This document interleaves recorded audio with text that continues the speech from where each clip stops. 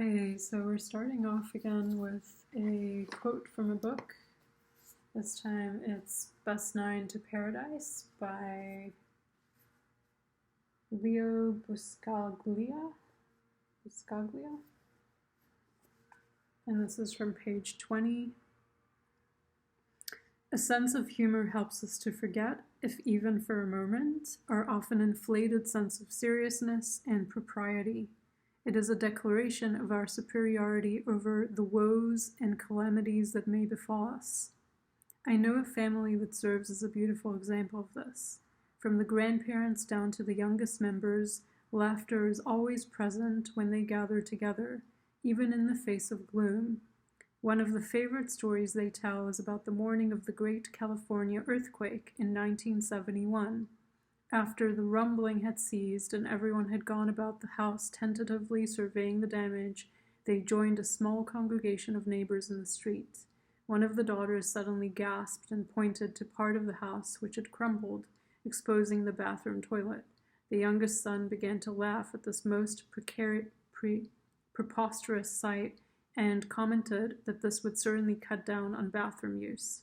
The laughter became contagious as the rest of the family joined in, while their dumbfounded neighbors looked on. In the retelling of the story, it is a remark of an elder neighbor that still brings the loudest roars of laughter. Laughter at such a time, they must be crazy. Granted, there is nothing inherently funny about the destruction of property, but there was a family who rose above the despair of the moment, and even as their neighbor suggested, by being just a little crazy at that instant, saved the day from despair. Okay. Many people persist in suppressing the spirit of joy in the unfortunate belief that life is strictly serious business. We often view silliness or childishness as regression in behavior instead of realizing that each of us has a ridiculous side and that the child in us is one of our most prized possessions. We cultivate refinement and sophistication at the expense of spontaneity and fun. Joyous impulses are moderated or lost altogether in defense to common sense or good taste. In each of us, there is a reservoir of joyous freedom. It's a natural and splendid balance to our more serious, socially proper side, which allows us to suspend from time to time our rules of decorum. Why not rejoice a bit in our foolishness? In a world that knows no shortage of nonsense, we shouldn't hesitate to happily and playfully add our own touch of insanity. It's one of the best ways I know to survive. Okay, so I'm just going to go by that word, joy. Three of Cups. It says joy here on the bottom. The Three of Cups, I don't really see it as a card of joy. I see it as a card of healing. And it's an emotional purge. I guess laughter could be an emotional purge now that I think of it, but I often think of it as tears because it's a cleansing process. So there's something cleansing, there's something purifying about the Three of Cups, and it is connecting with the emotions and healing.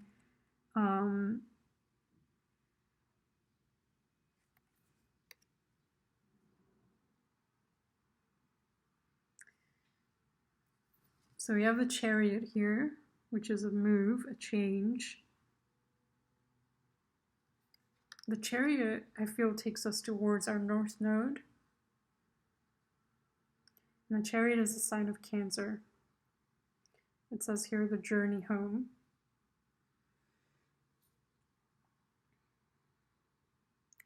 If we think about joy, so it says here, I don't dance around the perimeter of the person I want to be. I step in fully and completely. Releasing anger from the past sets me free in the present. Again, like if you think of what that passage was saying, the seriousness could lead, to anger or gloomy, heavy, feelings. Regret, anger, upset, sadness, sorrow. You can really get stuck in those emotions for a very long time. There seems to be a need to understand the situation so that you can take logical steps forward, not emotional ones, right? This is about action. Communicate logically, not emotionally. I actually like that he has a butterfly. I never saw that. He's got a butterfly on his shirt. And there's a playfulness with which he's stepping forward, even though it does feel serious. It also feels very playful. It feels kind of childish.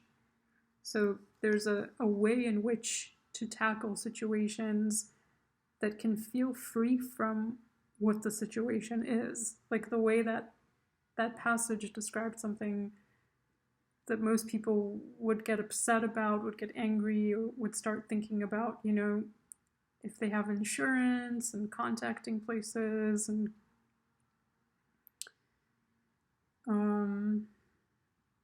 would tell their children off for like laughing. But there is wisdom to kind of allow a more free expression from the thing that you're experiencing. So if you're experiencing something gloomy and difficult, if you can separate yourself enough from it where your internal experience of it is different from what the actual thing that you're going through, then you can find a way to tackle the situation from a higher ground, from a higher perspective, from an outside point of view. So we're dealing with the Eight of Swords. That seems to be like the current situation. The Eight of Swords is, or maybe it's underlying, because maybe the situation is about joy and happiness and healing, but underlying it is a situation where you feel stuck. At least mentally, you're not seeing how to get out of it, or you're not seeing that you have the power to change. With the Eight of Swords, there is an ability to remove yourself from the situation. Once you remove yourself, you can see it for what it is and you can tackle it. When you're inside of it, even if it's just mental, when you're in that mental prison, you're not going to be able to see it for what it is. So removing yourself is how to start to kind of liberate, at least mentally. And then there's room for change. There's room for growth.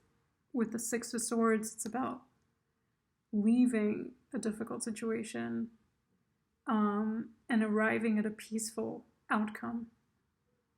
And again, this could be mental because it's swords. Swords is all about the mind. So we're dealing mostly here with swords and water. Through your emotions, you seem to be liberating yourself to not be so serious. And then through that more playful approach and distance from this place where you feel stuck, you can start to find ways out. An old hurt repeating many times, a pattern that does not want to be seen. This is a wound that in some ways has become an old familiar friend, a way of life. There is a patchwork of mending and fixing to keep things together. You can remain along this path a while longer, or you can choose to see now and let go of this tight place, honoring it for all the wisdom gained. Immersion 30, right? That feels like a very tight place that you've been in for a long time. But when you start to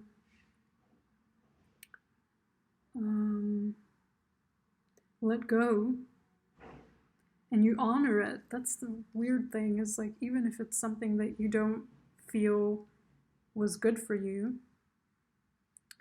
right? It's releasing the anger from the past sets you free in the present. It's not about holding on. And that sense of being able to honor, whether it's a person or an experience in your life, and saying thank you for teaching me, thank you for being my guide, my spiritual guide to awakening, to developing awareness. That's the best way, right? Like if you have to, whatever it is you have to say goodbye to, if you can thank it, even if it wasn't pleasant or it was a negative experience, if you can say thank you. I've learned from this. I'm a better person now, or I will try to become a better person because of this experience. And it's interesting that we often think of ourselves in comparison to other people, and we would like to see ourselves in a positive light. This isn't about that. This is about genuinely feeling thankful that something has woken you up from the inside and your experience of the world has changed. It's not necessarily about how the world experiences you or whether you are able to portray yourself in a positive way. It's about your experience of life and your experience of the world and your experience of yourself has changed for the better. And that's through this kind of detachment, through a more lighthearted approach, through finding joy and laughter even in difficult situations, and approaching the situation as leading you towards your purpose, leading you towards what will fulfill you in life, right? The journey back home, finding your way back home.